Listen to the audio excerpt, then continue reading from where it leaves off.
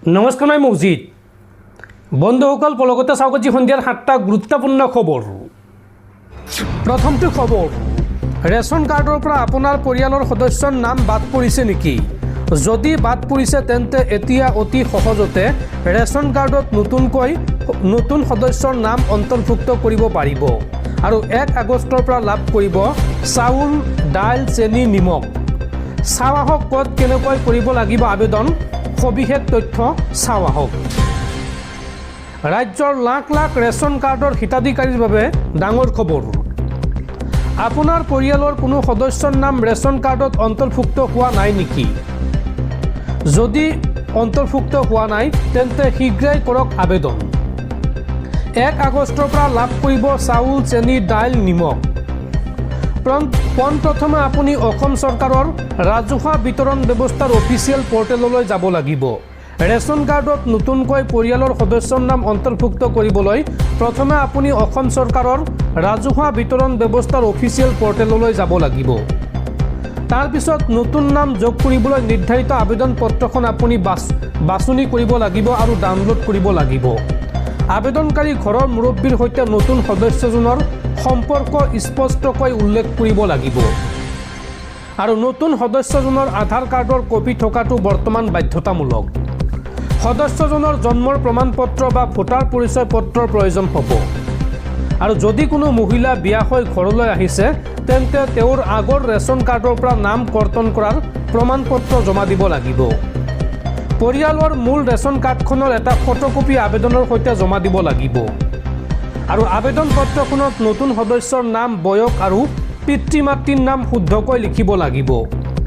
পৰিয়ালৰ মুৰব্বীৰ শেহতীয়া পাছপৰ্ট চাইজৰ এখন ফটোৰ প্ৰয়োজন হ'ব আৰু সকলো নথিপত্ৰ শুদ্ধকৈ সংলগ্ন কৰি আপুনি ওচৰৰ যোগান বিভাগৰ কাৰ্যালয়ত জমা দিব পাৰে অথবা ৰেচন দোকানতো জমা দিব পাৰে আৰু লগতে অনলাইন যোগে আপুনি ওচৰৰ CSC কেন্দ্ৰত গৈ এই কাম কৰিব পাৰিব বা আবেদন কৰিব পাৰিব আৰু সংশ্লিষ্ট বিভাগীয় বিষয়াৰ দ্বাৰা আপোনাৰ নথিপত্ৰসমূহ পৰীক্ষা কৰা হ'ব। আবেদন কৰাৰ পিছত আপোনাৰ নথিপত্ৰসমূহ পৰীক্ষা কৰা হ'ব। সকলো তথ্য সঠিক থাকিলে অতি কম দিনৰ ভিতৰতে নতুন সদস্যৰ নাম ৰেচন কাৰ্ডখনত অন্তৰ্ভুক্ত হ'ব। পৰৱৰ্তী খবৰ, ভাৰতৰ বিৰুদ্ধে পুনৰ ভয়ংকৰ ষড়যন্ত্ৰ চীনৰ। ভাৰতক আক্ৰমণৰ লক্ষ্যৰে চীনে সাজু কৰিছে চক্ৰবেহু। পাকিস্তানৰ পিছত এইবাৰ বাংলাদেশলৈ প্ৰেৰণ কৰিছে সামৰিক শক্তি। যিকোনো মুহূৰ্ততে চীনে আক্ৰমণ কৰিব পাৰে ভাৰতক। ভাৰতক আক্ৰমণৰ লক্ষ্যৰে চীনে সাজু কৰিছে চক্ৰবেহু।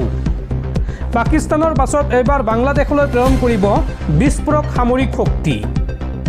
ভাৰতৰ স্থল জলশক্তিৰ প্ৰতি লক্ষ্য ৰাখি পদক্ষেপ লৈছে বায়ুসেনাৰ ওপৰত, যাৰ বাবে চীনে বাংলাদেশলৈ J-10CE যুদ্ধজাহাজ প্ৰেৰণৰ সিদ্ধান্ত লৈছে। ইয়াৰ উপৰি 24খনকৈ যুদ্ধজাহাজ বাংলাদেশলৈ প্ৰেৰণ কৰাৰ সিদ্ধান্ত চীনৰ। অতি কম দামত মাত্ৰ $40 মিলিয়ন চুক্তিবদ্ধ হৈছে চীন। ইয়াৰ উপৰি স্থল জলৰ ক্ষেত্ৰতো লৈছে ডাঙৰ পৰিকল্পনা। আনহাতে বৰ্তমান বাংলাদেশৰ হাতত আছে ৰাছিয়াৰ F-7 MiG-21 যুঁজাৰু বিমান। এই বিমান দীৰ্ঘদিনৰ পৰা চীনে সংস্কৰণৰ প্ৰস্তুতি লৈ আছে আৰু বাংলাদেশক সামৰিক শক্তি সহায় কৰাৰ আঁৰত ভাৰতক আক্ৰমণৰ পৰিকল্পনা চীনৰ। ভাৰতক চাৰিদিশত ঘেৰি ধৰাৰ লক্ষ্যৰে এই পৰিকল্পনাৰ সন্দেহ যুদ্ধ বিশেষজ্ঞসকলৰ। পৰৱৰ্তী খবৰ, পুনৰ মেট্ৰিক পৰীক্ষাৰ্থীৰ আত্মহত্যা। এইবাৰ মেট্ৰিকৰ কম্পাৰ্টমেণ্টেল পৰীক্ষাত পাছ কৰিব নোৱাৰি আত্মহত্যা কৰিলে লুইট একাডেমীৰ এইগৰাকী ছাত্ৰী খুশবু শৰ্মাই। গুৱাহাটী মহানগৰীৰ চোনচালিত সংঘটিত হৈছে এই শোকাবহ ঘটনা। ঘটনাস্থলীত উপস্থিত হৈছে আৰক্ষী আৰু ফৰেনচিক দল। আৰম্ভ কৰিছে তদন্ত। দৰ্শকসকল, আৰু বহুতো গুৰুত্বপূৰ্ণ খবৰ আছে। তাৰ আগতে আপোনাক জনাওঁ যে যদি আপুনি এতিয়ালৈকে এইটো ভিডিঅ'ত লাইক কৰা নাই তেন্তে এতিয়াই ভিডিঅ'টোত লাইক কৰি দিয়ক আৰু এনেকুৱা ধৰণৰ ভিডিঅ'সমূহ নিতৌ চাবলৈ চেনেলটো ছাবস্ক্ৰাইব কৰি কাষত থকা বেল আইকনটো প্ৰেছ কৰি ৰাখক। পৰৱৰ্তী খবৰ, ৰাজ্যৰ লাখ লাখ কৃষকলৈ জৰুৰী খবৰ। এতিয়াৰ পৰা চৰকাৰী আঁচনি পাবলৈ আপুনি কৰিব লাগিব কৃষক পঞ্জীয়ন। তিনিবিধ নথিৰে আপুনি কৰিব পাৰিব কৃষক পঞ্জীয়ন। ক'ত কেনেকৈ কৰিব পঞ্জীয়ন চাওঁ আহক। চৰকাৰী আঁচনিৰ সুবিধা আপুনি এতিয়াও পোৱা নাই নেকি? আপুনি মাত্ৰ এই তিনিবিধ নথিৰে শীঘ্ৰেই পঞ্জীয়ন কৰক। ফাৰ্মাৰ ৰেজিষ্ট্ৰি বা কৃষক পঞ্জীয়ন কৰক, তাৰপিছতে আপুনি লাভ কৰিব সকলো চৰকাৰী সুবিধা। অন্যথা আপুনি বঞ্চিত হ'ব যিকোনো চৰকাৰী আঁচনিৰ পৰা। কৃষি বিভাগৰ সকলো আঁচনি আৰু ৰাসায়নিক সাৰ প্ৰয়োগ কৰিবলৈ কৃষকসকলে পঞ্জীয়ন কৰাটো বাধ্যতামূলক। কৃষক পঞ্জীয়নৰ বাবে আপোনাক কি প্ৰয়োজন হ'ব চাওঁ আহক। আধাৰ কাৰ্ড, নিজৰ নামত থকা খেতি মাটিৰ জমাবন্দী আৰু আধাৰ সংযোগী মোবাইল নম্বৰ প্ৰয়োজন হ'ব আপোনাক। আৰু কৃষক পঞ্জীয়ন কৰিবলৈ আপুনি আপোনাৰ নিকটতম CSC চেণ্টাৰ বা নিজৰ অঞ্চলৰ গাঁও প্ৰধান, স্থানীয় সহায়ক আৰু স্থানীয় কৃষি সম্প্ৰসাৰণ সহায়কৰ জৰিয়তে কৰিব পাৰিব পঞ্জীয়ন। পৰৱৰ্তী খবৰ, ৰাজ্যত পুনৰ মৰ্মান্তিক ঘটনা। ৰেলৰ খুন্দাত প্ৰাণ গ'ল 2 প্ৰতিভাৱান ছাত্ৰৰ। মৃত ছাত্ৰ দুজন জাহাংগীৰ ৰহমান আৰু আছিক আলী। দেশ সেৱাৰ সপোন বুকুত বান্ধি দৌৰৰ অনুশীলন শেষ কৰি ঘৰলৈ উভতাৰ পথত এই অঘটন। দ্ৰুতবেগী মালবাহী ৰেলৰ খুন্দাত থিতাতে নিহত হয় 2 বন্ধু। ভাৰতীয় সেনাবাহিনীত যোগদানৰ সপোন আছিল এই 2 বন্ধুৰ। ছাত্ৰ দুজনৰ মৃত্যুত এতিয়া বৰপেটা ৰোডত শোকৰ ছাঁ। পৰৱৰ্তী খবৰ, ৰাজ্যৰ সকলো চৰকাৰী বিদ্যালয়ত নিযুক্তি দিয়া হ'ব 900 চকীদাৰ। আৰু এই চকীদাৰ নিযুক্তি দিয়াৰ পিছত বিদ্যালয়ৰ কিবা চুৰি হ'লে দায়ী হ'ব 900 চকীদাৰ। ৰাজ্যৰ প্ৰতিখন জিলাৰ শিক্ষা বিষয়াক এই সন্দৰ্ভত জাননী দিছে সমগ্ৰ শিক্ষা মিছনে। পৰৱৰ্তী খবৰ, অসমীয়াৰ হিয়াৰামঠু জুবিন গাৰ্গৰ মৃত্যুৰ ঘটনাৰ বিচাৰ প্ৰক্ৰিয়াৰ মাজতে বিশেষ খবৰ। জুবিন গাৰ্গৰ উত্তৰাধিকাৰী হিচাপে গৰিমা শইকীয়া গাৰ্গলৈ আইনী স্বীকৃতি আদালতৰ। জুবিন গাৰ্গৰ সকলো সম্পত্তিৰ উত্তৰাধিকাৰী হ'ব গৰিমা শইকীয়া গাৰ্গ। অসমীয়াৰ হিয়াৰামঠু জুবিন গাৰ্গৰ মৃত্যুৰ ঘটনাৰ বিচাৰ প্ৰক্ৰিয়াৰ মাজতে আহিছে বিশেষ খবৰ। জুবিন গাৰ্গৰ উত্তৰাধিকাৰী হিচাপে গৰিমা শইকীয়া গাৰ্গলৈ আইনী স্বীকৃতি। জুবিন গাৰ্গৰ সকলো সম্পত্তিৰ গৰাকী হ'ব পত্নী গৰিমা শইকীয়া গাৰ্গ। গুৱাহাটী সত্ৰ ন্যায়াধীশ আদালতে দিলে সম্পত্তিক লৈ এই আইনী স্বীকৃতি।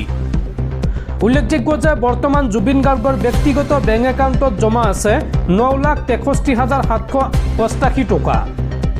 আৰু এই সন্দৰ্ভত গৰিমা শইকীয়াৰ হৈ অধিবক্তা প্ৰদীপ্ত তালুকদাৰে কৰিছিল আবেদন। অৱশ্য জুবিন গাৰ্গৰ সৃষ্টিৰাজিৰ স্বত্বক লৈ এতিয়ালৈকে আদালতে কৰা নাই ৰায়দান। পৰৱৰ্তী খবৰ, ACS বিষয়া অৰূপ পাঠকৰ আকস্মিক মৃত্যু। জনপ্ৰিয় কণ্ঠশিল্পী কৃষ্ণা দেৱীৰ স্বামী অৰূপ পাঠক হৃদৰোগত আক্ৰান্ত হৈ ACS বিষয়াগৰাকীৰ মৃত্যু হৈছে। বাথৰুমত পৰি থকা অৱস্থাত উদ্ধাৰ কৰা হৈছিল পাঠকক। আৰু GMCHত চিকিৎসাধীন অৱস্থাত মৃত্যু হয় জ্যেষ্ঠ ACS বিষয়াজনৰ। উল্লেখযোগ্য যে অসম চৰকাৰৰ গৃহ আৰু অসম চুক্তি ৰূপায়ণ বিভাগৰ যুটীয়া সচিব আছিল এইগৰাকী অৰূপ পাঠক। পৰৱৰ্তী খবৰ, পুনৰ হুৰাহুৰে কমিল সোণৰূপৰ দাম। যদি আপুনি সোণৰ গহনা বনাম বুলি ভাবিছে তেন্তে আপোনালৈ ভাল খবৰ। চাওঁ আহক আজিৰ দিনটোত গুৱাহাটীত কিমান হৈছে সোণৰ দাম। সোণ ক্ৰেতাৰ বাবে ভাল খবৰ। যোৱা কেইদিনমানৰ পৰা ধাৰাবাহিকভাৱে উত্থান পতন হোৱাৰ পাছত আজি পুনৰ হ্ৰাস পাইছে সোণৰ দাম। আন্তঃৰাষ্ট্ৰীয় বজাৰত দাম হ্ৰাস পোৱাৰ প্ৰভাৱ আৰু চাহিদাৰ পৰিৱৰ্তনৰ বাবে ঘৰুৱা বজাৰতো সোণৰ দাম হ্ৰাস পাইছে।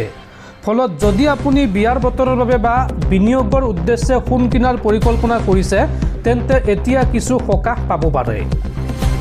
আজি অৰ্থাৎ বুধবাৰে গুৱাহাটীত সোণৰ দাম কিমান হৈছে চাওঁ আহক। মানি কণ্ট্ৰলৰ প্ৰতিবেদন অনুসৰি বুধবাৰে 22 কেৰেট সোণৰ মূল্য প্ৰতি গ্ৰামত 13,174 টকা আৰু 24 কেৰেট সোণৰ মূল্য প্ৰতি গ্ৰামত 14,382 টকা হৈছেগৈ। কালি মঙলবাৰতকৈ আজি বুধবাৰে 22 কেৰেট সোণত প্ৰতি গ্ৰামত 119 টকা হ্ৰাস পাইছে আৰু তাৰ বিপৰীতে 24 কেৰেট সোণতো প্ৰতি গ্ৰামত 130 টকা হ্ৰাস পাইছে।